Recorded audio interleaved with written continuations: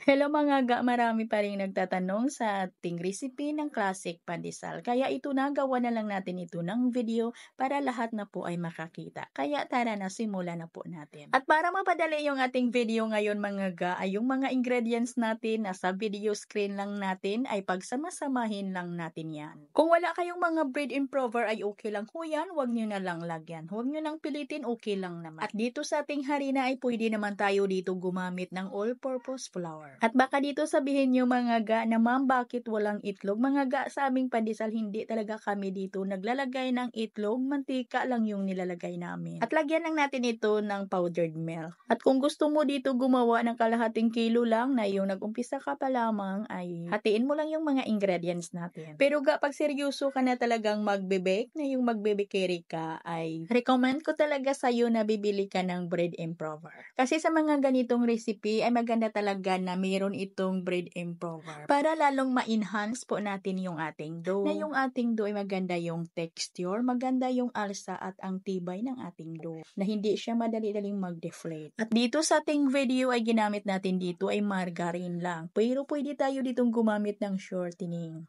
Pwede yung paghaluin yung shortening at saka yung margarine. Pero need pa din natin ditong maglagay ng mantika, pero konti lang. At pagkatapos po natin itong pakinisin, ay i-flatten lang po natin ito at saka i-roll para maging siksik. At ipalubog natin dito sa ating bread powder o yung mga toasted natin na tinapay na dinurog natin ng pino at saka sinala. Ito po yung tinatawag natin na bread powder. At para naman sa ating mga beginners na wala pang mga machine or yung equipment na pwedeng magpakinis ng ating dough, ay pwede talaga na masahin nyo lang ito ng mano-mano.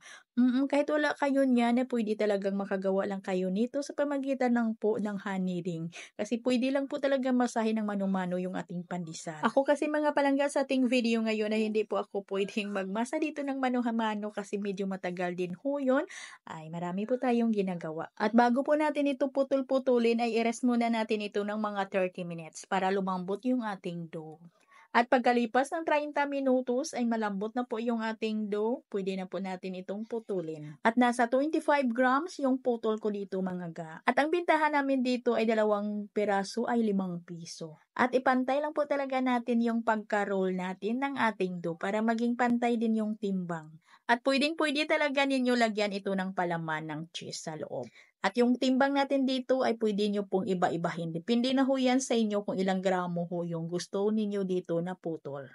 At pwede talaga natin haluan ng malunggay powder yung ating dough. At bago natin ito isalang ay palsahin lang natin ito ng 1, 2 hanggang 3 oras. Depende ho yan sa ating room temperature. At ito mga ga, pagkalipas ng 2 oras at 20 minutos ay isa lang ho na ho yung ating pandesal kasi ay malaki na ho. At niluto ko ito sa ating oven na may preheated 180 degrees Celsius sa loob po ng 15 minutes.